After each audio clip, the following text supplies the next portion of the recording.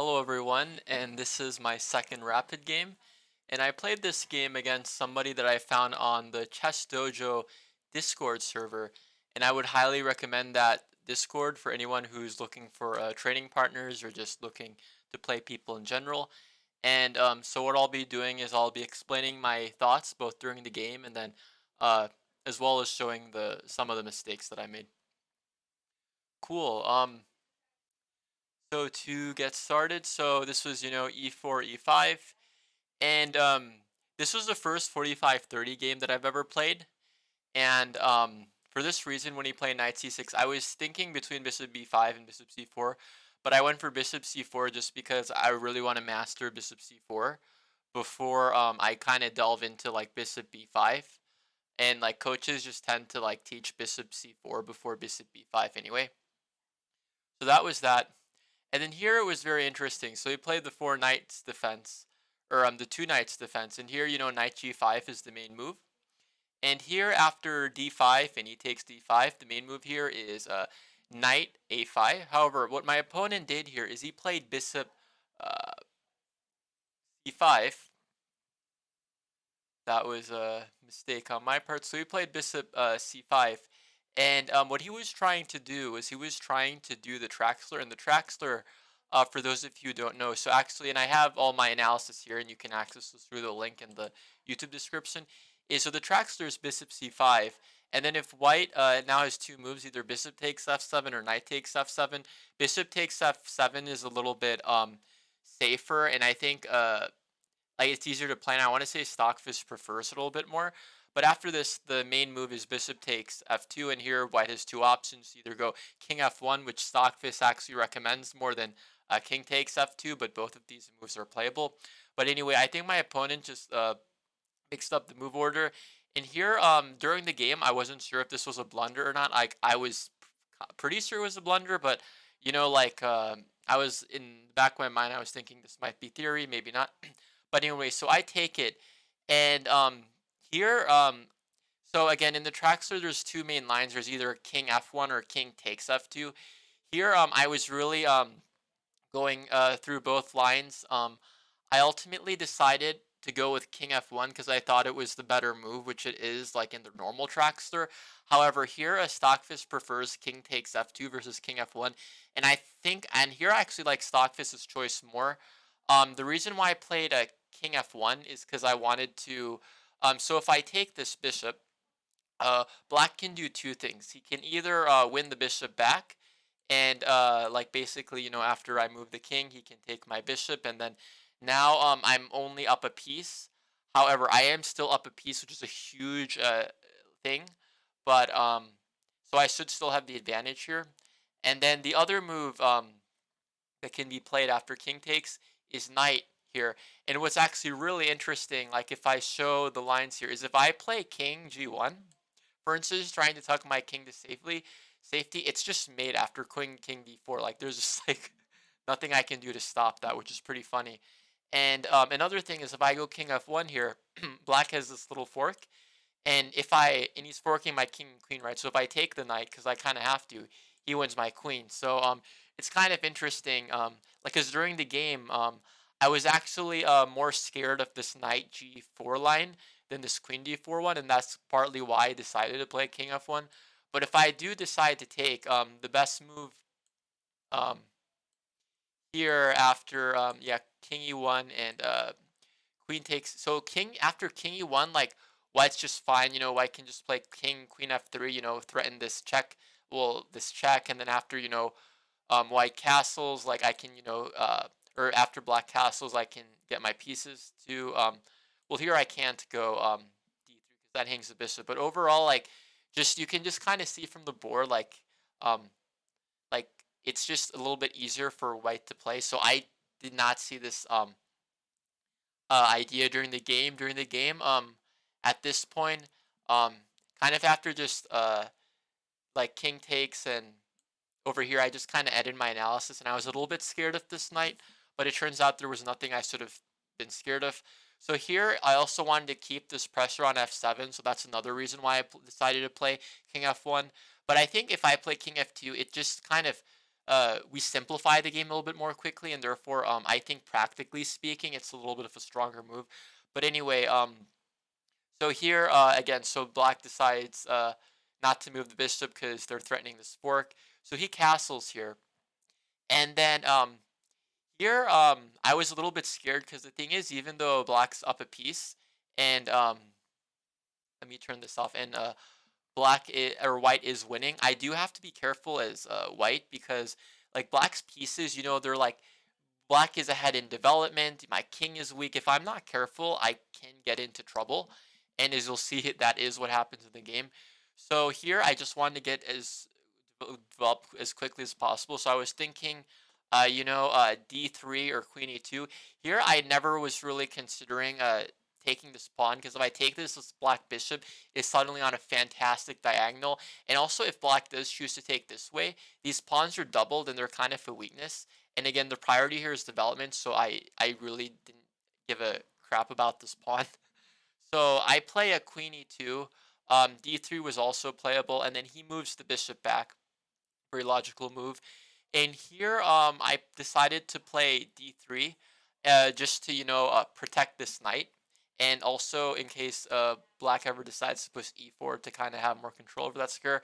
So I do that, and then Black decides to play bishop g4. During the game, I was a little bit scared of knight g4 because I figured, okay, knight g4, maybe later he can like push this f pawn if this like king, goes to h8 or something. But I was thinking maybe from g4 this knight can be annoying, and maybe it could land on like e3. Right now it's covered, but like maybe like on f2, like if this knight goes to f2, then my rook has to move. Then if the knight moves, like this bishop is eyeing on the rook. It was kind of a little bit scary during the game for me. So I was more scared of knight g4, but I think in hindsight his choice was a little bit better. So after bishop g4, there was there were two main options I could play here. So the first one was knight f3, which I ended up doing the game. However, after queen e5, which it turns out is the correct move, um, uh, there were some complications. Some of them I saw, some of them I didn't, and because I couldn't see what was good, I didn't play this move. But what I saw was, so I take this pawn, right? And then I was worried about rook e8, but if he plays rook e8 now, I have this fork, forking the king and the rook. So here, what I was scared of was h6. And here I was thinking, okay, I'm up a piece. I know trading two minors for a rook is bad, um, but like I'm still kind of like up a piece, so I just wanted to trade like as quickly as possible. So here I only looked at bishop takes f7, and if I turn on the lines, you see this move. It gets rid of the advantage entirely. And what I saw during the game was king h8, and here I was like, oh, this rook, because I took this pawn, it just opens up this line with the king after this knight moves. Like I could be in real big trouble here, so I was scared, and I really didn't want to get into this. Now, what I didn't see during my calculation was the move knight takes f7, and this move is really good. So first of all, if black takes this, I get rid of his rook, and like yes, there's like a rook for two minor pieces, but like I'm up another minor piece that I wouldn't be otherwise. So I thought this would like this is ideally what I wanted. I just did not see knight takes f7, and the reason for this is I think earlier on in my calculation I was scared like of this queen d4 move, like just eyeing up here, but because my queen is on e5, that's not a possibility. So I shouldn't be scared. And what's really interesting is if like black just doesn't decide to take the knight because they want to be tricky and they try to avoid these knight forks after the bishop is lining up with the king. What's interesting here is here a white can play c takes b7, and after the queen takes this, because otherwise I'm going to take the rook. Now I can win the queen. And this whole idea with like c takes b7 and then the knight kind of just bouncing and just like hitting the queen no matter where it goes. Like if the queen moves like basically wherever, um, either I can capture it or I can knight fork it, which is pretty cool. And I did not see this during the game. But this was like the main thing I missed. I missed this knight takes f7 move. If I had seen this during the game, I most likely would have won this game. But I did not see that, and I think I spent like 7 minutes calculating this. So I really should have picked it up, but you live and you learn. And so here I wanted to play knight f3, and here the thing was figured if I just consolidated, I would win no matter what. Because if I play, queen takes, like in my mind, it was a bit murky, and there's a chance that black can maybe like I can get tricked, and all of a sudden like I'm losing, and I didn't want that. So I just wanted to play it safe, just go with your knight f3. Um, which again, like Stockfish, likes it. It's the second best moves. My advantage just to like humongous. And here, he played what I thought was a mistake. Um, although Stockfish is fine with it. So it's speed takes c6, and the reason why I thought this was a mistake during the game was like he needs to develop ASAP so he can punish me. Um, that should be the mentality here. And like if anything, like if like the move I thought he should play is rook e8, because this is like pretty scary, because if I take this, like he can always like move this. So in this case it's like, okay, I'm wasting a tempo by taking the pawn, and then he's wasting a tempo by defending it. So it's like one wasted tempo cancels out with one wasted tempo. Versus if he when he just decides to take the pawn, it's like you wasted a tempo by grabbing the pawn, but it's like you shouldn't be about grabbing pawns. You should be about trying to just kill white. And then here was basically my big mistake of the game. So here I was scared of this dark squared bishop, because for white this light squared bishop is like the attacking bishop for white usually, and for black it's a dark squared bishop. So here I was just scared of this. I was like, this I want my rook to move. I want to get my king to safety. Let me just get rid of this bishop. This is my number one priority. And I played a bishop e3, and this move uh was a mistake, and I'll show you why, because he played the right moves. What I should have done is knight c3 first, trying to get, and you can see here, like if I turn on the evaluations, like after bishop e3, like white loses his advantage immediately. uh I should have either gone knight c3, and this I think in hindsight this would I should have been able to find this move. But again, like the position, I'm not used to this type of position, with the king being on f1 and the traxler, so I messed up here. But other than knight c3, also what was interesting was bishop g5.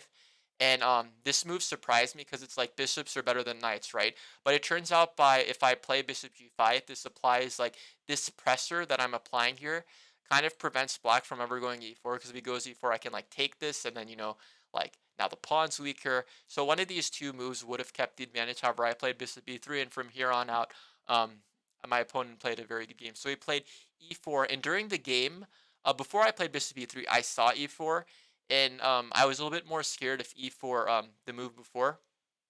And what's interesting, another thing about this b takes c6 move is, instead of playing b takes c6, if we play rook e8, and then if we play bishop e3, actually like black is winning. Um, so it's like, like e4, even though like white is up a whole piece, which is pretty funny, because after this, like black's gonna win this piece, and white is a weak king, so white's screwed. But this is another reason why I thought rook e8 was better in hindsight. But anyway, so let me go back. Okay, so we have this, and during the game I saw this, and at the end of it, so basically I have to take the pawn. I can't take the bishop first, because he takes this knight, and he's threatening to take my queen with check. So I can't even like, so I'm basically forced to take the pawn. And now what he can do is he can take the bishop, and now the queen can go to e1, or d1, and then from here, like it's basically what you'll see during the game is black puts white in a bind, and I can't really develop my pieces, and because of that, black has enough compensation for the piece. Um, so for instance, and I'll just like leave the moves on so you can see what they were. So here I was torn between queen e1 and knight e1, and both moves are relatively fine if you run the newest dev of Stockfish. But I didn't want to play this move, and the reason being is because after bishop takes f3, I lose my piece. Because if I take the queen, okay, he's just won his piece back. And here, what also happens, and here what I was scared of is, for a little bit during my calculation, was after g takes f3, um, uh, queen f3 I saw, but I wasn't so scared of this during the game. I was scared of this, and then he's like attacking this bishop, and this pawn, and if he takes this pawn, he can win my rook. So I was like, oh, I'm gonna like either lose a piece or um I'm gonna lose something. But here after then I saw queen c3, and here thought that either black could repeat and we get something like this, but I missed king g2 here during my calculation. Another thing is instead of that whole line, black could go here. And at first, I missed this move. Well, I saw this move and I ended my calculation because I'm like, okay, they're forking a king and rook. But later I saw I could do this. And here, interestingly enough, now the advantage is for black, which I missed during the game. So here, like for instance, if I just play out some moves, um, like queen d1, bishop f1. Yeah, and then you'll also see this during the game. Like if either of these rooks come here, like these rooks after they come here, they're just gonna apply pressure, and white can never develop their queen side because the rook's hanging. So that was so I didn't really so with queen e1, I didn't want to go into this bishop f3 stuff, so I was like, okay, let me just keep as many pieces as possible on. Let me go with knight e1 here, and so he decided to play knight takes e4, and if I take the knight here, he can play rook e8, and then he's kind of threatening to take this knight with checkmate. And my queen on e4, like there's no way to conveniently, guard this. So that's why I didn't take the knight. So here I wanted to like trade. Um, Computer likes h3, and I think there were a few points earlier where h3 was also a fine move just to get the bishop out of the diagonal. But here I thought bishop e2 was a good way to uh, balance, like just keep my advantage. And you'll see or yeah, so what you'll see here, there's a very interesting line. So here white is at black is actually winning after queen c1, and this move is just like unbelievable because then after white takes the knight, black's gonna play queen b2 and win the rook back. So then I think the material imbalance will be two knights for a rook, but white's king is weaker, so therefore black apparently has a winning advantage. But I totally missed queen c1 in the game, and so did my opponent. And yeah, so here I didn't really know what to do. I wanted to play knight c3, but Stockfish doesn't like this because after knight d2, it's actually almost like checkmate, um, which is pretty interesting. But yeah, so here I was torn. I didn't really see knight d3, which is what Stockfish wanted. But here already, like I just felt like pretty bad about my position, and I thought I was like worse. And anyway, so c3, and it's just amazing, just like black is down a full piece, but he has enough compensation. So almost reminds me of an Alpha Zero game. But anyway, so we have this, and here Stockfish recommends queen e3 in line of like these rooks, um, which is a scary move, but okay, Stockfish. Here I played g3, and again, so like I wanted to get my king to safety, but this is just getting bad. So here I played queen f5 or queen g3, and here I repeated to see if my opponent deviated. And here, I still wanted to press for a win. I was a little bit in denial. I'm like, let me try to win this. Like he offered me I think a draw twice during this game, like already like by this point. But I was just like, no, one of us is gonna win, one of us is gonna lose this. Um, so be it. But I think I should have earlier maybe just played queen d1 instead of a knight e1 and just played a normal game or something. But anyway, so I played knight g3, and this move in hindsight, like before I used the engine, I thought this was like the losing move for me, because after the knight goes here, like it's just really awkward, for the king to step out in order for the rook to develop, and it's just like it just gets ugly. So, like better was, just to repeat, and after, queen f5 and queen f3, force, like you see queen b5 is the only move that gets the advantage, but like at least, here, my knight can, maybe get out um, I don't know, if I just like run this line and, uh, well, knight d3, um, this can probably like lose a piece, but, I don't know, like at least okay, this is also bad. But during the game, I thought or like in hindsight before engine analysis, I thought queen f3 would have been better. But after this move, it gets really bad. So he plays rook a e8. Uh, Stockfish thinks rook a d8 is fine, which is funny because after this, uh, let's see what happens. Yeah, I can't move the knight, so I have to move the king, and then he wins the rook back. Like it's just shows you this knight's positioning is just terrible. Um, really. So there was this. He plays rook, and the great thing about this move is like now this knight can never really come here, because he can just take it. So during the game, I play knight a3. I was like, I gotta get developed in this knight here. It's just so away from the action. It just feels so bad. And here he played knight g5, which was fine. Um, Here, I think I was considering knight f5 at some point, but I didn't. Yeah. So it was queen f5. This was the variation I have in my notes, and then like this piece is pinned, and he's gonna go g5 next move. It's just looking bad.